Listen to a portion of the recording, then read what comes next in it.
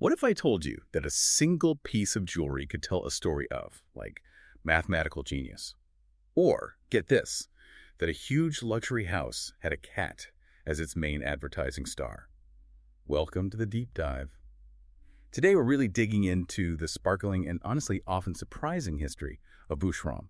I mean, it's not just a name you link with Parisian prestige. It's this whole legacy of innovative jewelry design, groundbreaking artistry, stretching all the way back to 1858. We're going way beyond just, dazzling diamonds to explore the really fascinating stories behind them. Exactly. And our mission today really is to peel back the layers of this iconic brand.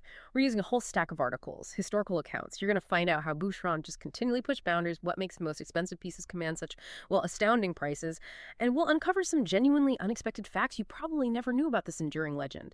We really want to highlight how this brand, it's always been about more than just sparkle. It's innovation, artistry, and yeah, even a bit of playful rebellion that kind of shaped luxury itself. That's so true. Our source material today, it takes us on quite a journey. We got historical accounts of the brand's beginnings, its evolution. We delve into recent auction results for its most valuable pieces. And there's some fascinating insights into its sort of lesser-known contributions to the wider jewelry world, too. So yeah, get ready for some serious insights here. Okay, let's unpack this incredible journey, starting right at the very beginning with a visionary founder, Frédéric Boucheron. His family background, interestingly, was in clothing, textiles. And he brought that sensibility, the feel of fabric. The drape, the flow. Exactly. Right into his jewelry designs. Imagine that, translating fabric into metal and stone. He made a really bold move, opening his first shop under the Palais Royal Arcades in 1858. That was the place to be for luxury back then. But his real, stroke of genius came in 1893. He relocated to the Place Vendôme. And not just anywhere on the square. He picked the sunniest corner, specifically chosen to make his diamonds sparkle like crazy. Smart. Very smart. And the store is still there today. It proves his intuition was spot on. Even back then, Boucheron was innovating, pioneering things like rondelle diamonds. Those little disc-shaped ones. Yeah, they had that unique scattered sparkle. And even classless necklaces. I mean, for 1858, how truly radical were those design choices? How did they stack up against everyone else? Oh, incredibly radical. You have to remember, most jewelers were still very, very traditional then. Frédéric wasn't just making pretty things. He was almost like deconstructing jewelry, applying those fluid textile lines to hard metal. What he pioneered wasn't just luxury jewelry, it was really the blueprint for luxury brand positioning. He just knew instinctively that the experience, the visibility, literally basking in the sun on Place Vendôme was as crucial as the jewels themselves. It's a strategy high-end retail still uses today. That strategic thinking, it clearly paid off. Led to global reach pretty quickly. Boucheron expanded fast. First international store, Moscow, 1893. Same year as the Vendôme move. Wow, okay. Ambitious. Totally. London followed in 1903, New York in 1911, and then later, Beirut, Tokyo, Hong Kong, all the key spots. This quick expansion really says something about their early prestige. And that prestige, well, it attracted some serious royal attention. We're talking Queen Elizabeth, the Queen Mother, Maharaja Sir Bhupinder Singh, Grand Duke Alexei Romanov. Big names. Huge names. Even Queen Consort Camilla was seen in a Boucheron tiara recently at a state dinner. So what did these royal connections really mean for a brand starting out back then? Oh, it was everything. Absolutely everything. It wasn't just about selling expensive things. It was endorsement, trust, exclusivity, having royals as patrons. That was the ultimate seal of approval. It cemented Boucheron's reputation as the go-to for the world's elite. It just amplified their prestige globally, built this almost unshakable foundation of value and history that honestly still benefits them today. It was early, powerful brand building, pure and simple. Okay, so Frédéric lays this incredible foundation. But, lasting power means adapting. How did Boucheron keep evolving through different generations of leadership? Frédéric himself passed away in 1902. His son Louis took over, ran the company for decades. And his reputation grew so much that in 1930, he was actually commissioned by the Shah of Iran to appraise the Iranian national jewels. That's amazing. Isn't it? It just shows the global respect the Boucheron name had. What does that kind of request an independent appraisal tell us about their standing beyond just making pretty things? It tells you they were seen not just as artists, but as the absolute authorities on gems, on value. I mean, it's one thing to make beautiful jewelry, right? It's another thing entirely to be trusted with the country's national treasures. That request from the Shah, it just solidified Boucheron's gravitas, elevated them to this position of almost scientific authority in the jewelry world. prove their expertise was as valuable as their creations. Right. Okay, so after Louis, Gerard Boucheron took over post-World War II. He sort of steered things back towards beautiful, delicate jewelry after the war years. But then in 1953, Gerard's son, Alain, came in and shifted things again, a much bolder direction. He started bringing in totally new materials, a real departure from just traditional gemstones. We're talking coral, turquoise, rock crystal, lapis lazuli. That must have felt risky for a high-end jeweler back then. Was there pushback from, the traditional clients? Or did people get it right away? Well, initially, you always have a segment of the market that prefers the classics, right? But what Alain did so well was tap into the changing fashion and culture of the time. He wasn't ditching precious stones. Just adding to the palette. Exactly, augmenting them, bringing this new vibrancy, this tactile quality to high jewelry. And really, it stayed true to Frédéric's original innovative spirit, that daring to be different. Actually, through the 70s and 80s, it became pretty common to see these once unconventional stones mixed beautifully with diamonds and Boucheron designs. They really led that trend. Interesting. The company stayed in the family until 94, right? Yeah. Then Gucci acquired them in 2000. And today, it's part of carrying that massive luxury group with Gucci, Saint Laurent. Yeah. So it raises that big question. How does a heritage brand keep its identity when you have these radical changes in design and ownership? Yeah, that's a crucial point for any brand with such a long history. Boucheron really shows that innovation is just deeply embedded in its DNA. It allows them to adapt, to evolve, and frankly, to thrive across different eras, different corporate owners even. Their ability to integrate new ideas, new materials, while still respecting that core heritage, that's the key to their longevity. It's like a strong foundation that can flex without cracking. Okay, now let's get to the really juicy stuff, the pieces that break records. Yeah. The ones that represent the absolute peak of Boucheron's artistry and command these mind-blowing prices. First up, maybe the most valuable Boucheron piece at auction recently, the Julia necklace. Ah, yes, the Julia. A one-of-a-kind from 2009. It has, wait for it, 423 diamonds and 15,739 sapphires. Wow. Designer Mark Newson collaborated on it. They spent 1,500 hours just placing the stones. 1,500 hours. Yeah. And the unique concept, it uses complex mathematical fractals in the design. Those repeating patterns you see in nature. Right, like snowflakes or coastlines. Exactly. Gives it this organic, super intricate flow. It's named after the French mathematician Gaston de Julia. This necklace, sold in November 2021 in Poland, became the most expensive jewelry ever sold there.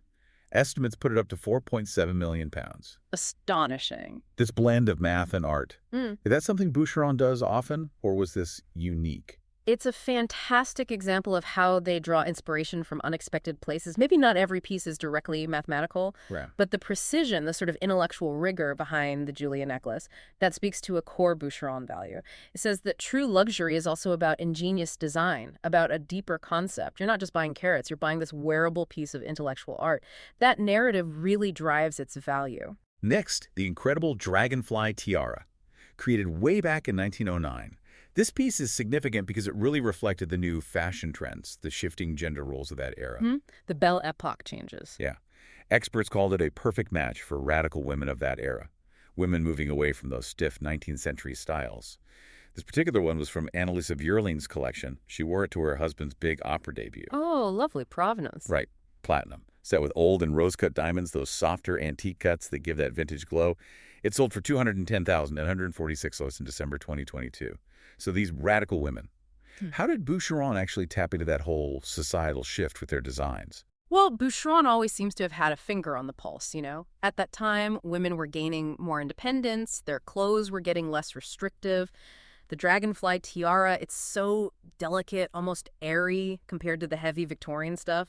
It symbolized lightness, freedom. It just perfectly aligned with the spirit of women embracing new roles. It shows how Boucheron doesn't just follow trends. They kind of capture the zeitgeist, the feeling of the moment, and translate it. Makes the pieces resonate more deeply. Okay, and number 3. This one has a really surprising twist. A diamond bracelet from 1955. Impressive piece on its own, 70 carats of diamonds, 4 different cuts. Yeah. Old, brilliant, baguette, square, and calibrate. Calibrate, those precisely cut small stones for fitting together. Exactly. But here's the kicker. It sold for 93,750 pounds, even though it was missing a diamond. No way. Missing a stone and it's still fetched that much. Yep. It really shows the enduring power of Boucheron's design and, well, the brand's reputation, doesn't it? It really does. Does that suggest that for a name like Boucheron, the history, the unique artistry, the sheer clout of the brand, it can sometimes outweigh even a physical flaw. It absolutely seems to. It speaks to that intangible thing you mentioned, the story. The piece is more than just its parts. It's a statement about the brand's lasting power, the quality of the design. Even a little imperfection couldn't really dent its market value. Yeah, what this really shows is that the value, it isn't just in the carats or the metal, is it? It's wrapped up in the story, the unique design, the incredible hours of craftsmanship, and often, yeah, the history or the personal connection of the piece. You're not just buying jewelry, you're acquiring art, a piece of history, something with this whole narrative woven into it. That's the real luxury, I think. And that's why Boucheron commands these prices, even with, a missing stone. But Boucheron's legacy isn't only about the big, dazzling pieces. There's some really surprising sides to their impact. And even a very famous four-legged friend involved. Okay, first up, something huge but maybe not widely known. The Boucheron International Rating of Diamonds. Ah, this is important. It really is. Boucheron actually developed their own comprehensive scale for checking diamond value, focused specifically on clarity and color. Final rating out of 100. And here's the kicker for their quality commitment. They expect at least a 90 rating for stones in their pieces. 90, that's high. Super high. Yeah. If a diamond falls below that, they discard it, don't use it. Yeah. So they weren't just using high standards, they were effectively setting them for the industry. What ripple effect did that have? Oh, it's more than just an internal benchmark. It's this kind of hidden legacy. It fundamentally helped elevate and, importantly, standardize diamond valuation across the whole industry. Yeah. Boucheron essentially created this bar for excellence. It kind of forced others to aim for that same level of rigor, that accountability. It made them, in a way, unsung architects of modern gemology. It built trust, consistency, pretty revolutionary for the time, and you still feel that impact today. Wow, okay. Next, prepare for maximum charm. What? Vladimir the cat. This was Gerard Boucheron's actual black cat, adopted in the 1970s, and he became a central part of their advertising campaigns. Just picture this gorgeous black cat, often draped in jewels or lounging next to watches, looking completely regal. It's such a great image. Vladimir apparently lived mostly in the townhouse above the Place Vendôme store, but he was often in the shop itself, charming customers. So a cat as a main advertising figure. How did that unconventional choice become such a stroke of marketing genius? Why did it work for a super high-end luxury brand? It's just brilliant because it injects personality, warmth, a touch of the unexpected into a world that can seem quite formal, maybe even a bit stiff. Luxury brands, especially old heritage ones, can feel unapproachable sometimes. Vladimir just broke down that wall. Made them seem more human. Exactly. Created an emotional connection. Suggested that Boucheron, while obviously prestigious, also had this playful, whimsical side. And it created this lasting link between high jewelry and felines, which is still a recurring theme for them today. You see the Chibli lion pieces, the fuzzy leopard. And Vladimir even came back as a digital tour guide for their 160th anniversary in 2018. It just shows how sometimes the most offbeat marketing creates the most memorable identity. So cool. And finally, let's touch on the Mackay collection. This is a really captivating story about Marie-Louise Mackay. She was a massive client, appeared in their special order books 102 times between 1876 and 1902. 102 times? Wow. Right. She built up one of Europe's most amazing non-royal jewelry collections. Her husband, John William Mackay, the American industrialist, made this extraordinary request to Frédéric Boucheron. He wanted the biggest sapphire possible, one that would perfectly match his wife's blue eyes. A sapphire to match her eyes, now that is bespoke. Isn't it just? Talk about a quest. What does this story tell us about how far Boucheron would go for a client? About what real bespoke luxury means? It really highlights a level of personalized service that's just worlds away from picking something out of a display case. Frederick literally went on this quest, and he found this incredible 159-carat cashmere sapphire, famous for that rare, vivid cornflower blue. Today, what's left of the Mackay jewels are in the Mackay Mansion Museum. That kind of dedication, it really embodies true bespoke luxury, going to incredible lengths to fulfill a very specific, very personal vision, creating a legend along the way. It's about this dedicated, almost mythic pursuit. The jeweler becomes an artisan, a detective, a storyteller, creating something utterly unique and unforgettable. That's the power of real custom service. Okay, so from those historical commissions, famous cats, let's jump forward to some of Boucheron's contemporary collections. They still show that boundless creativity. Take the Ayers collection. Claire Schwab, the creative director, her vision bridges materials in really surprising ways, Like the femme said it blends diamonds with rattan, or Fingale uses actual marble pebbles. Rattan and marble and fine jewelry. Yeah.